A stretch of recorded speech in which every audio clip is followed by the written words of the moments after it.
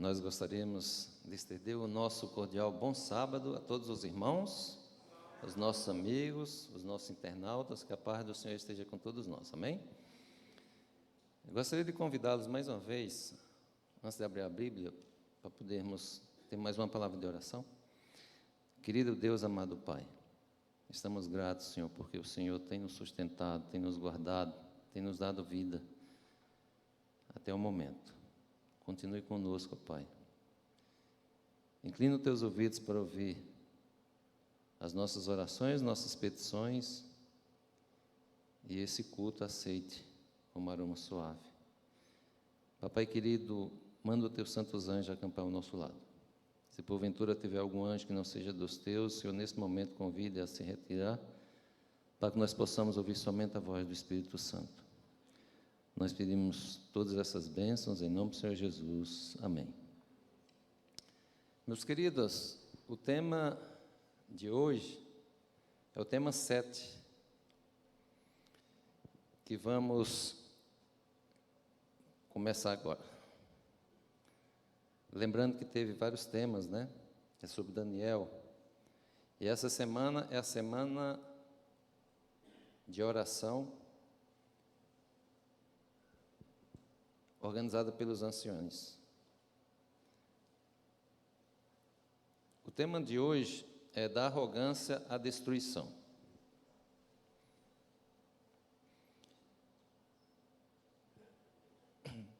E no capítulo, no primeiro slide, vem falando sobre quando você já observou que a maioria das coisas que compramos tem um prazo de validade? Nós, por exemplo, quando vamos no mercado, olhamos a data de validade das coisas. Qual que é o objetivo? Justamente para que não venha nos fazer mal. Da mesma forma,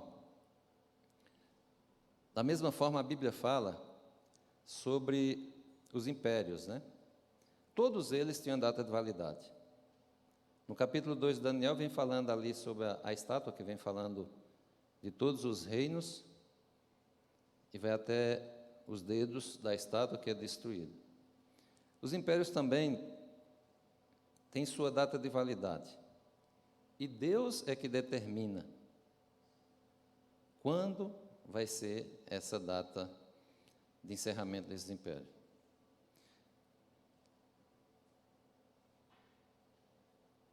Em Daniel 2, 21, a Bíblia diz que é Ele, ou seja, Deus, que muda os tempos, as estações, remove reis e estabelece reis. Aí no Daniel capítulo 5, relata o que ocorreu em 539 antes de Cristo, quando os medos e persas eles tomaram a cidade de Babilônia. Embora o exército dos medos e persas estivessem sitiando a cidade, o rei Belsazar, que significa Bel protege o rei, ou o Senhor protege o rei, ele confiante de que Bel iria protegê-lo, afinal de contas, o nome dele assim dizia, ele ignorou os medos e persas. E nós sabemos o que ocorreu. Nós vamos ver agora no decorrer. Interessante, irmãos, que antes desse ocorrido já havia passado 23 anos, depois da morte de seu avô, Nabucodonosor. Geralmente nós imaginamos que depois do reinado de Nabucodonosor já veio o reinado de Belsazar, ou mesmo do pai dele. Não foi. Passaram quatro reinados. Virou uma bagunça quando Nabucodonosor morreu. Os irmãos terem ideia, primeiro a ser colocado no trono depois dele foi o seu tio, que chamava Evil-Merodach, príncipe herdeiro, mas só demorou 2 anos no trono. Foi do ano 500, que Nabucodonosor, ele morreu com 80 anos, no ano 562 a.C. Só lembrando aqueles que não têm o conhecimento da Bíblia, antes de Cristo, chama antes de Cristo, depois de Cristo, AC e DC. antes de Cristo, os anos eles eram decrescidos. Depois de Cristo, que é a nossa era, eles são crescentes, tá? Então, vocês vão ver que os números vão decrescendo. Por exemplo, Nabucodonosor, ele morreu no ano 562.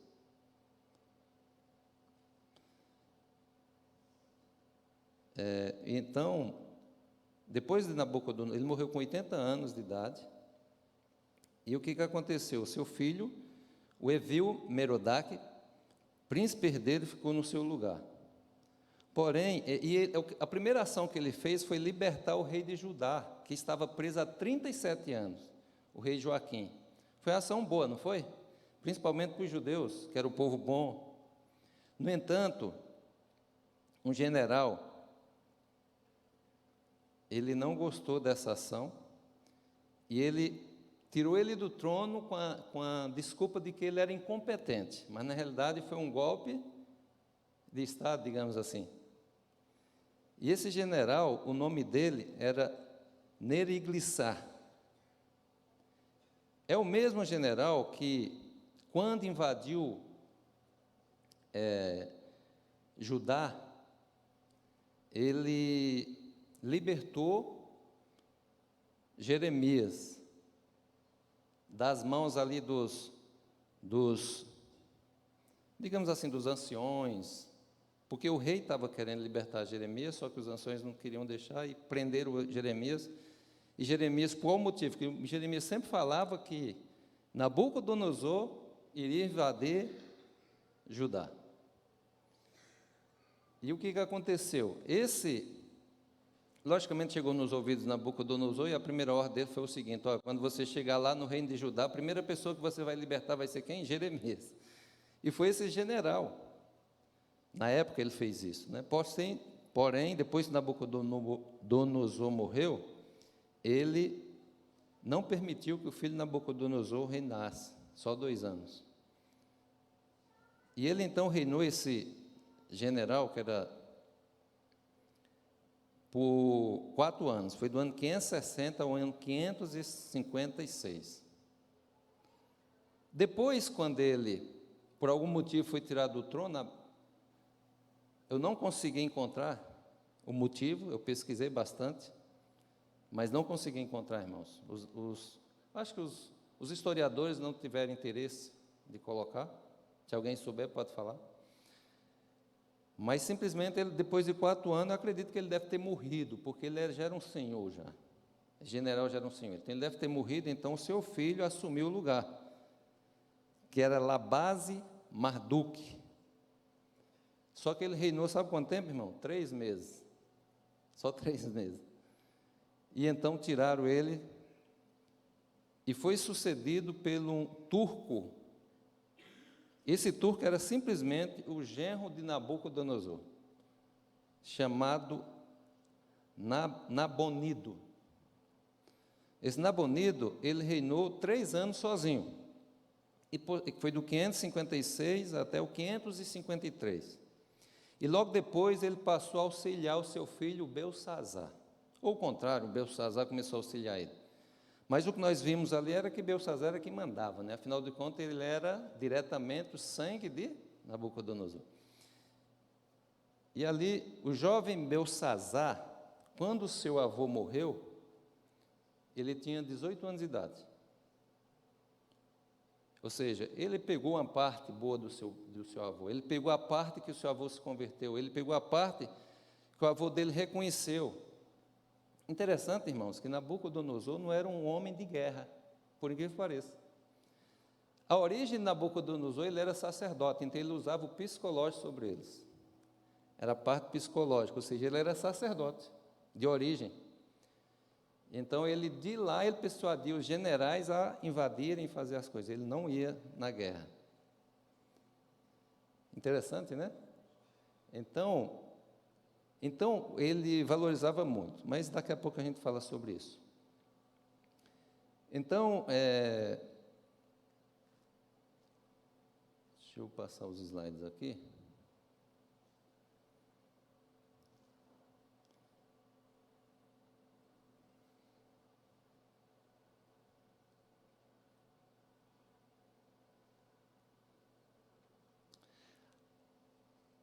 além de se entregar a uma orgia alcoólica, o rei e seus convidados profanaram os vasos do templo de Jerusalém, usando como recipientes para bebida, enquanto davam louvor a deuses fabricados por ele. Nós sabemos que os deuses, ele fez uma afronta, tanto à memória do seu avô, quanto a Deus. Como Daniel tinha falado na estátua, sobre os metais, né? Que era de ouro, de prata, de bronze, de ferro, de barro com ferro, ele simplesmente começou a tomar vinho naqueles metais, que veio da casa do templo do Senhor, e adorando esses deuses, que eram de ouro, de barro, de ferro, de prata e assim sucessivamente. Por isso que o tema é da arrogância à destruição.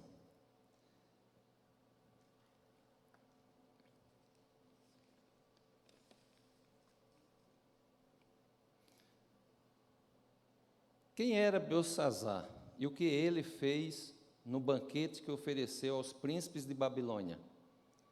O rei Belsazzar deu um grande banquete a 1000 dos seus grandes e bebeu vinho, mandou trazer utensílios de ouro, e nós sabemos o que ele fez, né?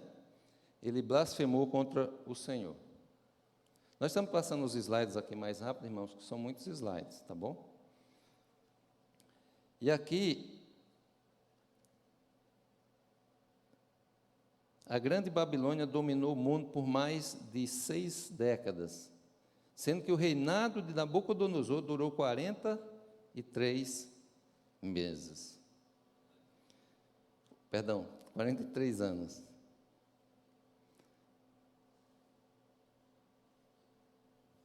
Tem alguns dados aqui que eu queria falar sobre Belsazzar. O que ele fez no banquete de Daniel? Nós já vimos o que ele fez. Belsazzar, o nome Belsazzar quer dizer Bel protege o rei, ou Baltazar. Nasceu em 580, viu o reinado do seu avô. Nós já vimos esses dados, né? Viu os reinos. Ele viu também, com 27 anos de idade, ele começou a reinar. Não sei se os irmãos sabiam disso. E reinou 14 anos. Ele morreu com 41 anos, junto com toda a sua família. A rainha Nitocris, filha de Nabucodonosor, e seu pai, Nabonido. Interessante, meus irmãos, que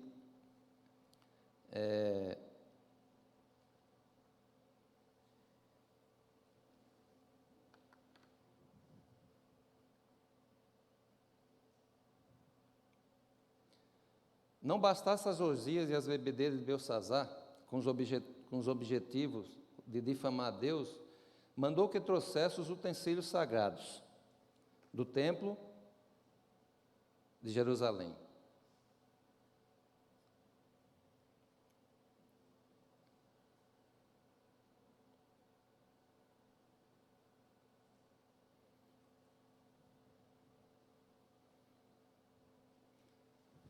Estou passando aqui.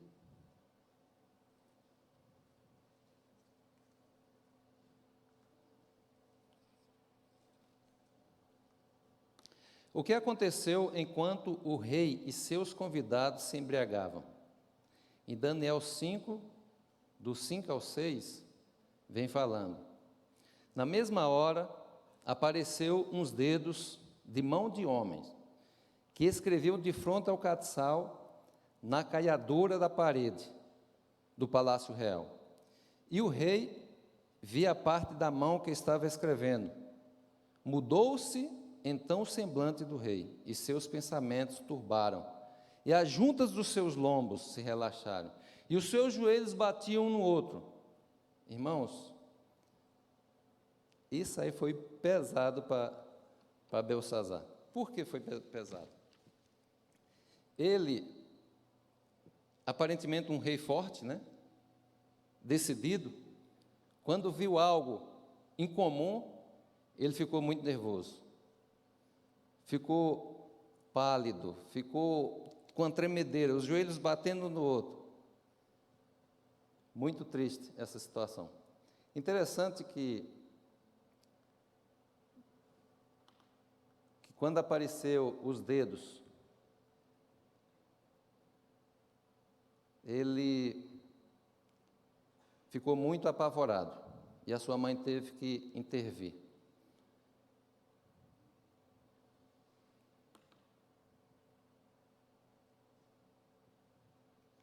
Precisamos entender que Beltsazar não estava somente reagindo contra seu avô. Por trás da pessoa de Nabucodonosor é a Deus, o Deus de Israel, que ele estava provocando. Profanar os objetos de culto de Deus é uma forma de provocar a Deus e desafiá-lo. Na maioria das vezes, Deus reage de tais desafios com silêncio. Nesse momento, a ausência e resposta parece ser uma aprovação a torturas, inquisições da história. Em nossa história, contudo, Deus enfrenta o rei. Ele não deixou passar essa parte, o desafio do rei.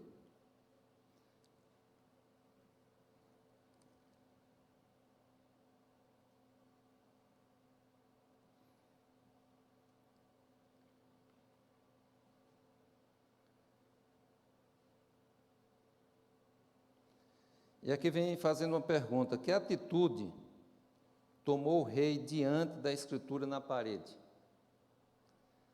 Engraçado que eu procurei aqui uma versão mais interessante, né?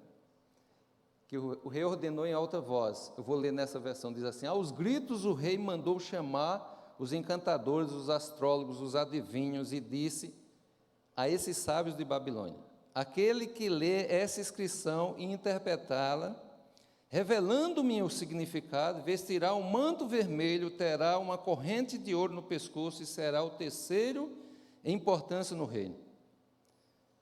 Todos os sábios do rei vieram, mas não conseguiam ler a inscrição, nem dizer ao rei o seu significado. Diante disso, o rei Beltsazar ficou ainda mais aterrorizado, e o seu rosto mais pálido, os seus nobres estavam alarmados. Meus queridos,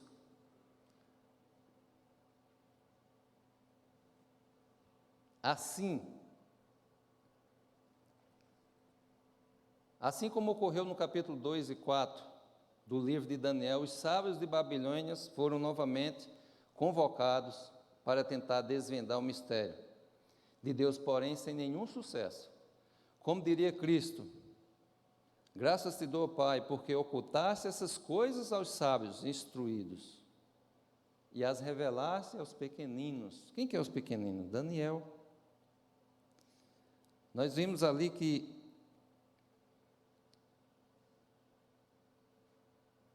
o conselho da rainha, né? Ela pediu para que chamassem a Daniel.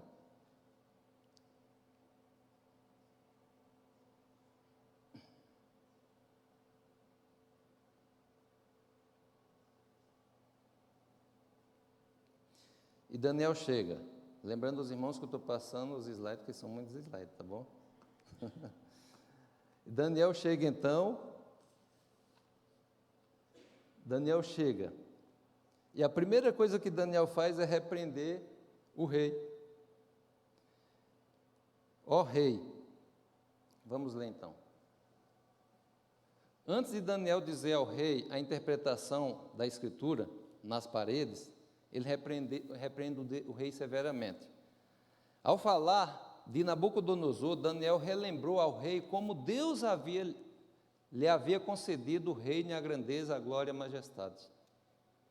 Disse também que quando o coração de Nabucodonosor se elevou, o seu espírito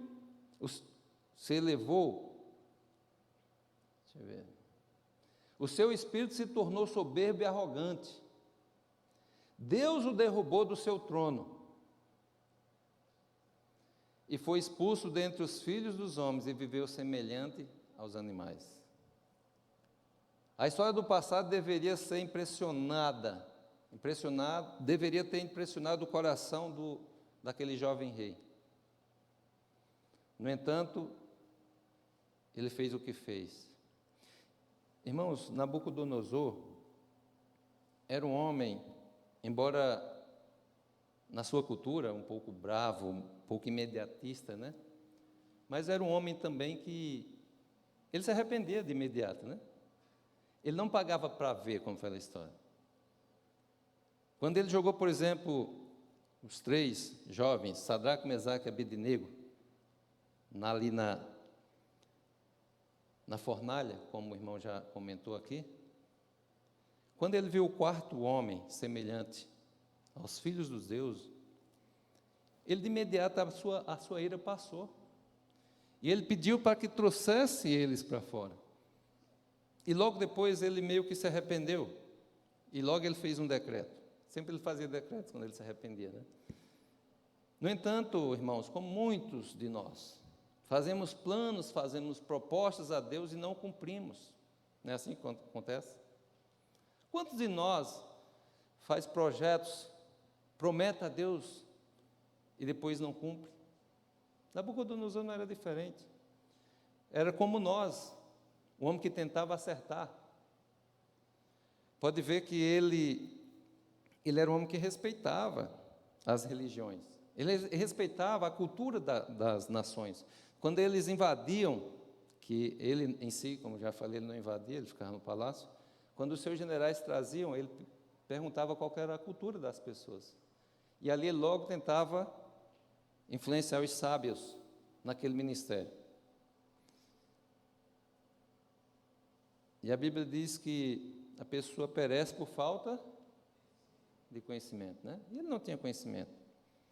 Ele tentava acertar. E no final da sua vida ele se converteu, nós sabemos disso. O nome de Nabucodonosor é interessante. Nebo protege as fronteiras. Então, é algo assim, olha o nome que ele pôs para Sadraque, Mesaque e Abednego. Daniel ele pôs Belsazzar, cujo nome significa príncipe de Baal. Ananias, ele pôs o nome de Sadraque, que significa Deus nos proteja do mal. Misael, ele pôs o nome de Mesaque, que quem é como Deus. E Azarias, ele pôs Abednego, que é servo de Nabu. Nós sabemos que ele tentava acertar e errava. E o final de Nabucodonosor, que é interessante, ele acerta, né? Mas vamos dar sequência aqui.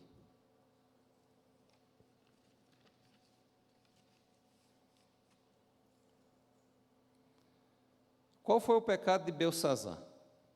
Daniel 5:23 diz assim: e te levantaste contra o Senhor no céu, pois foram trazidos os utensílios da casa dele perante ti, e tu e os teus grandes, e as tuas mulheres, e as tuas concubinas bebeste vinho neles. Além disso, deste louvor aos deuses de prata, de ouro, de bronze, de ferro, de madeira, de pedra, que não veem, não ouvem, nem sabem, mas Deus em cuja mão está a tua vida e todos os teus caminhos, a Ele não glorificaste. Então o erro dele foi qual foi?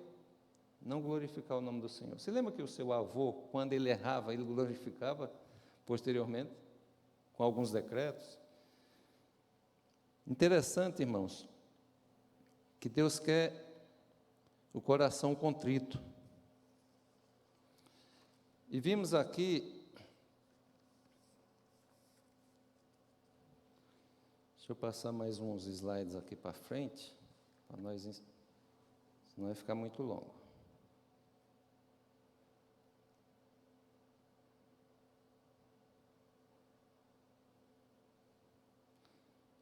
Outro ponto digno de nota é que, enquanto bebiam nos vasos sagrados, convivas alçavam louvores a seus deuses de ouro, de prata, de bronze, de ferro, de madeira e de pedra. Ironicamente, eles confiavam de maneira nesses em deuses que eram, na verdade, peças de metal, madeira ou pedra, desprovidos de qualquer poder para agir ou salvar.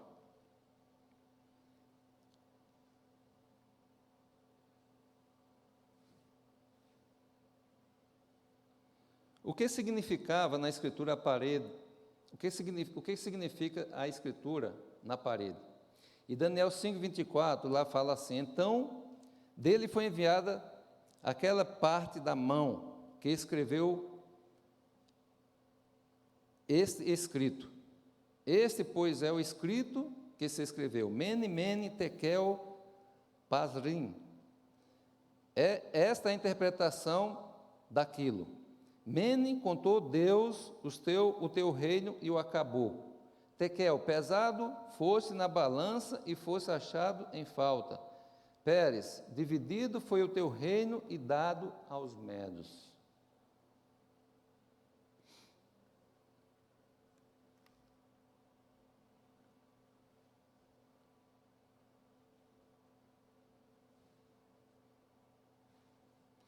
O que ocorreu com Belsazar naquela mesma noite? Naquela mesma noite foi morto Belsazar, rei dos caldeus, e Dário o Medo, com cerca de 62 anos, se apoderou do reino. Meus irmãos, nós vimos aí que a arrogância, a prepotência não leva a nada. Deus, Ele está com os humildes de coração.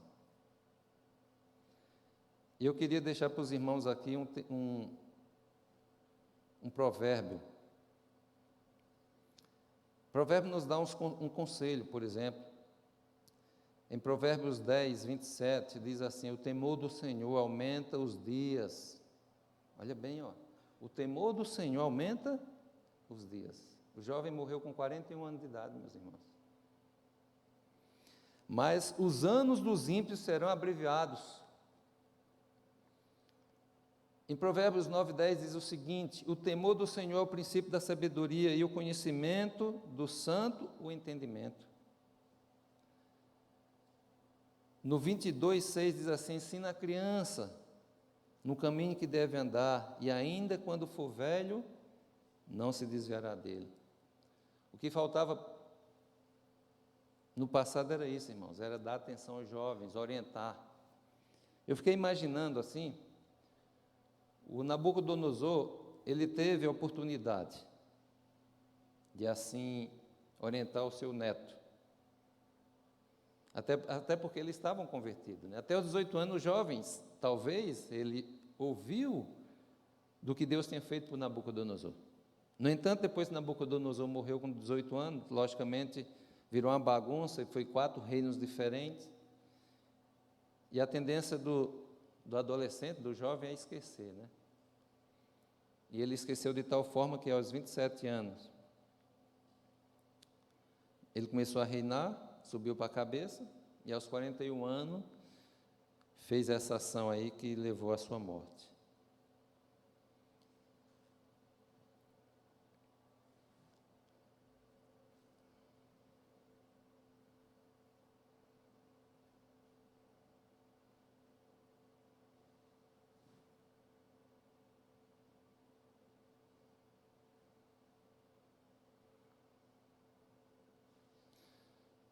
Os profetas de Deus haviam advertido sobre como cairia Babilônia. Ao estrondo da tomada de Babilônia estremeceu a terra, e o grito se ouviu entre as nações. Jeremias 50:23. Ele fala isso. Qual é o último apelo de Deus à humanidade? Em Apocalipse 18:4. Vem falando: e ouvi outra voz do céu que dizia: sai dela, povo meu, para que não seja participante dos seus pecados, e para que não incorra nas suas pragas. Apocalipse 14, 12 diz assim: aqui está a paciência dos santos, os que guardam os mandamentos de Deus e têm a fé em Jesus. E a minha decisão, após estudar sobre a arrogância e queda de Babilônia, e descobrir todo o símbolo nela envolvido, desejo tomar as seguintes decisões. Confiarei plenamente nas Escrituras, pois as profecias se cumpriram com exatidão. Estudarei com oração e fervor todos os ensinamentos da palavra de Deus, para não ser embriagado com o vinho da Babilônia. Quero fazer parte do povo remanescente, entregando minha vida a Jesus através do batismo. E buscarei sabedoria e graças do céu, para partilhar com outros as verdades que estou aprendendo. Quantos gostariam de confirmar esses votos? Que Deus possa nos abençoar, meus queridos.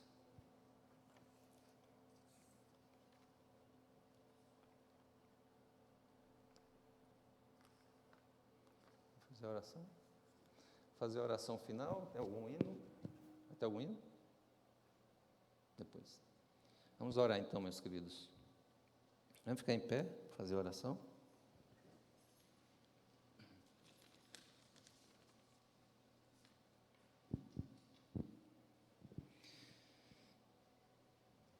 Querido Deus, amado Pai, obrigado, Senhor, por tudo que o Senhor tem feito por nós.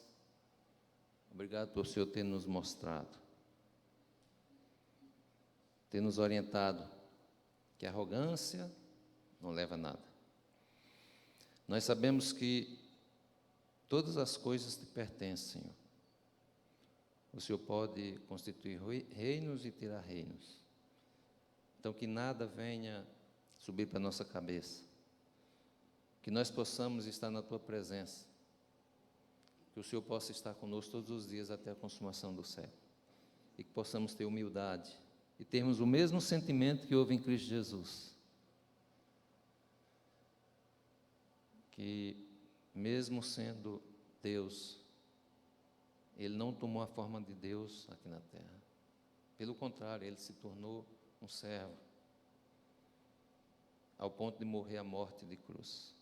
Que nós possamos ter esse sentimento do Senhor Jesus no coração. Que o Senhor possa nos trazer amanhã em paz, novamente, para a finalização desse culto, dessa semana de oração. E toda a programação, nós pedimos todas essas bênçãos em nome do Senhor Jesus. Amém.